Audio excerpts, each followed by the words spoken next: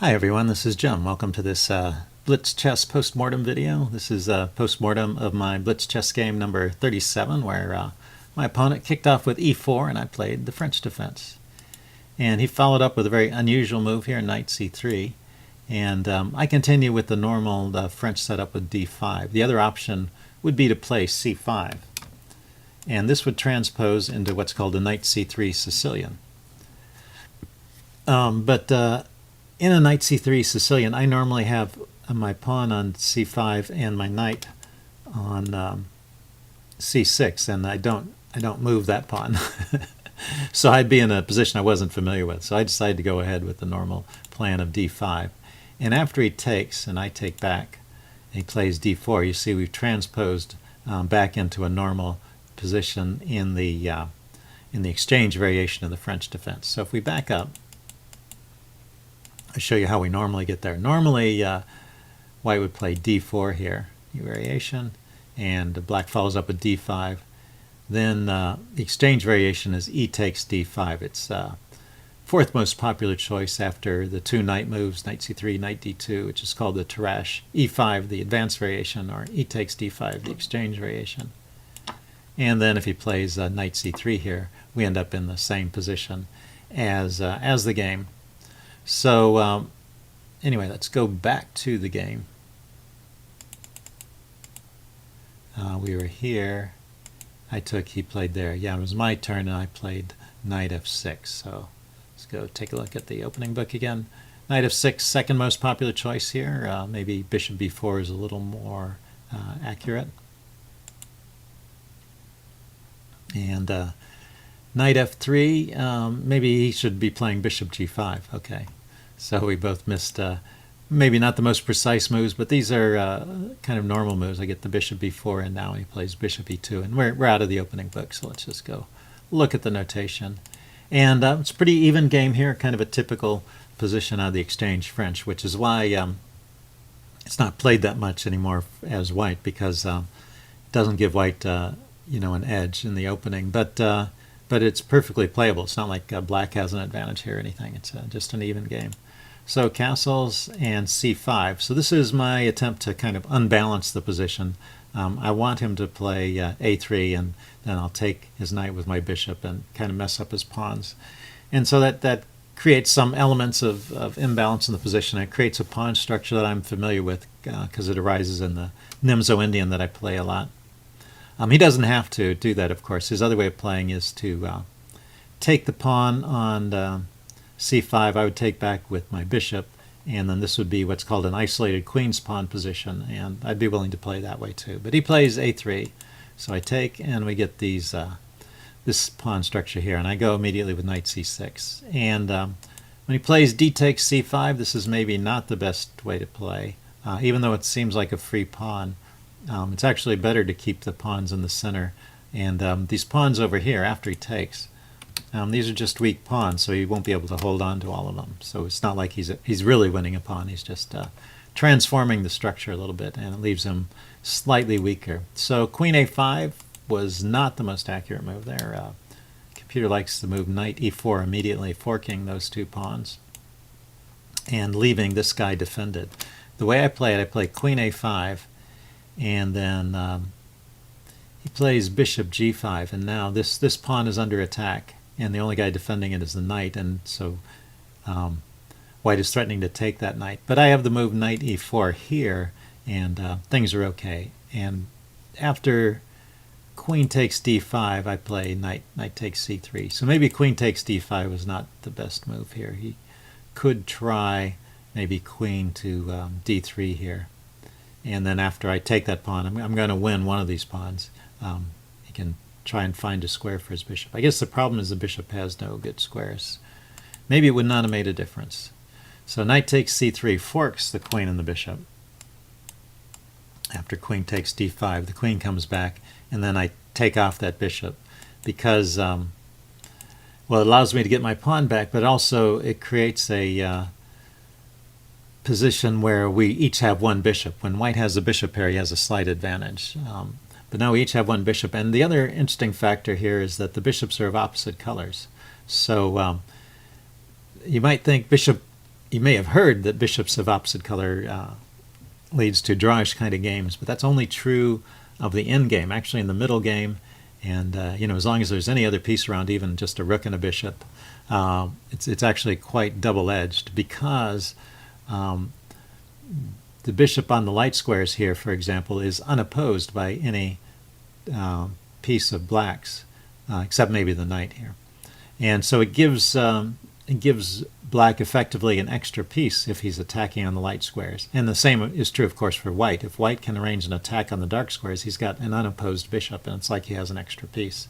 So these positions are quite sharp, and it's generally whoever gets the attack going faster will come out on top. So he chases my queen, and I immediately occupy a light square and try and get something going on this diagonal. He gets his queen out of the pin, and then I develop my bishop. And he moves his knight out of the way because I was just going to win a pawn there. So now he's threatening my knight. I didn't particularly want to take his knight and have his bishop come to a good spot, so I just defend my knight, and then he takes my knight. This also might be a mistake, because taking my knight allows me to develop my rook with a tempo on the queen, and now I have ideas of bringing the rook over here and getting a fierce kingside attack. But the computer rates the next move, queen a4, is actually the mistake. So apparently white could still defend with a move like maybe queen f4, coming back over here and trying to defend. But after this, there's a move I play is good. You can see it in the notation there, but the computer thinks there's another move that's better, which is interesting to look for. So why don't you guys think about it, see if you can find it. What's a good move for black here? If you want more time to think about it, pause the video. I'm going to go ahead and show you. So the idea is this funny move, bishop f3. And the first point is that white can't take that bishop because of rook g6 check. And if the bishop gets in the way, you just take it, or the queen gets in the way, you just take it. And if the king moves, then queen f3 is checkmate. So very nice checkmate in the corner due to these opening up of the lines. So that bishop really cannot be taken. And on any other move, black is just going to bring his rook over here and get a really strong attack on the g2 square. Notice that if he tries to defend this way, then queen here just leads to checkmate. So good position for black here. What I played, rook g6, also a good move, but not quite as forcing. And then the computer gives the best defense for white here as bishop f4. And so let's take a look at this defense. This had some interesting points in it. The best move for black here is to play bishop e2 and harass the knight, the rook. And what's funny here is if the rook moves, there's a really strong move for black right here. So this is another your second tactical quiz. What should black play right now in this position? This is kind of a cool tactic. And if you want some time to think about it, pause the video. I'm going to give it away. The answer is rook takes g2 check. So if you saw my video on line opening sacrifices in the mating patterns, line opening sacrifices and mating patterns in the Chess Basics series, this is a pretty good example of that. If the king takes, then queen here check, and the king can't go to this square because the bishop is covering it, and of course the queen's covering that. So the king is forced back in the corner, and then bishop here is checkmate. So once again you have this kind of crisscross pattern, bishop there and queen there, blocking his escape squares. So in this position, actually he can't move the rook. His only move to kind of save the game is to play here, and then black picks up the exchange. So that's best play for both sides. He played g3 right away, and now, okay, this is the last tactical quiz, I guess, in this game. What's the best way for black to proceed? Notice that white, by playing this move g3, it's a defensive move trying to stop the attack on the g file, but all of his not all of his pieces, but lots of his pieces are now on dark squares, and the light squares are just wide open. So let's erase those lines. So I guess I'll go back to the challenge. So what's the best way to take advantage of this situation? Okay, pause the video if you want time to think about it. The computer's recommendation here is bishop f3. And actually thought about this during the game. The importance of bishop f3 is it keeps the queen off of this diagonal here, so the queen can't come over and stop the checkmate very easily. So now the threat is queen here and then there, checkmate. And what I was worried about during the game is I thought, well, black could try this move, h4, just shutting down my access, and I can't get to this square because his queen is covering it. I can't get there with my queen. He would just exchange off and the game would actually be even. So, but there's a good move that black has here, which is to play the rook up. And now this queen is chased away. And the other thing about this position is this pawn is pinned. So this pawn over here is basically undefended. It's only the queen that's defending it. So when you play the rook forward to g4, hitting the queen, it also undefends this pawn. So after the queen moves, I'm going to take here with my queen and then come here and deliver checkmate. So this is game over at this point. And the other try for white is this move here, queen f4. You chase it, and this leads to another pretty mate. Queen comes over here, just desperately trying to keep white's queen from invading and mating. You can take it, and then this check is pretty devastating. It would be checkmate, except black has one defense, and but he has nothing he can do here. He's going to lose that bishop.